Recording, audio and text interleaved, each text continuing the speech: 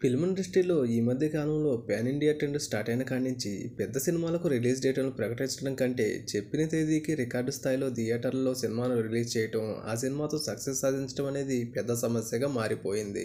ఇక ఈ నేపథ్యంలోనే ఎన్టీఆర్ గారు కొట్టాల శివ కాంబినేషన్లో తెరకెక్కుతున్న దేవరా మూవీ ఇప్పటికీ ఎన్నో అవాంతరాలను ఎదుర్కొంది. ఈ సినిమా ప్రకటించిన ఏడాది తర్వాత షూట్ మొదలైంది. ఆచార్య ఫ్లాప్ వల్ల, శ్రీమంతుడి వివాదం వల్ల కొట్టాల శివ ప్రొఫెషనల్గా అలానే పర్సనల్ లైఫ్లో ఎన్నో ఇబ్బందులు ఎదుర్కొన్నారు. అయితే సైఫ్ అలీ ఖాన్ గాయాల వల్ల ఈ సినిమా రిలీజ్ ఏకంగా 6 నెలల పాటు పోస్ట్ పోన్ అయింది. అయితే దేవరా మూవీ అక్టోబర్ 10వ తేదీన రిలీజ్ కానుండగా ఈ సినిమా 3 సెంటిమెంట్లను బ్రేక్ చేస్తేనే దేవరా మూవీ బాక్సాఫీస్ వద్ద బ్లాక్ బస్టర్ హిట్గా నిలుస్తుందని కామెంట్లు వ్యక్తమవుతున్నాయి. అవి ఏంటంటే, మొదటగా రాజమౌళి గారితో ఒక సినిమా హిట్ అయిన తర్వాత హీరోకి ఫ్లాప్ వస్తుందనే టాక్ ఎప్పటి నుంచో వినపడుతుంది. అయితే ఆచార్య మూవీలో రామ్ చరణ్ గారికి కూడా ఇదే జరిగింది. అయితే ఈ సెంటిమెంట్ని మరి ఎన్టీఆర్ గారు కొట్రాల శివ డైరెక్షన్తో ఈ సెంటిమెంట్ని బ్రేక్ చేస్తారో లేదో చూడాలి. మరి అలానే జూనియర్ ఎన్టీఆర్ గారు తండ్రి కొడుకుల పాత్రలో కనిపించిన ఆంధ్రావాలా, శక్తి సినిమాలు బాక్సాఫీస్ వద్ద ఆశించిన ఫలితాలను ఇవ్వలేదు. ఇక ఈ సెంటిమెంట్ ను కూడా ఎన్టీఆర్ గారు దేవరా మూవీతో బ్రేక్ చేయాల్సి ఉంది. మరి ఇక అలానే జూనియర్ ఎన్టీఆర్ గారి సినిమాలు దసరాబర్లో నిలిచి ఊసరవెల్లి, బృందావనం, రామయ్య వస్తవాయి మూవీలు రిలీజ్ కాగా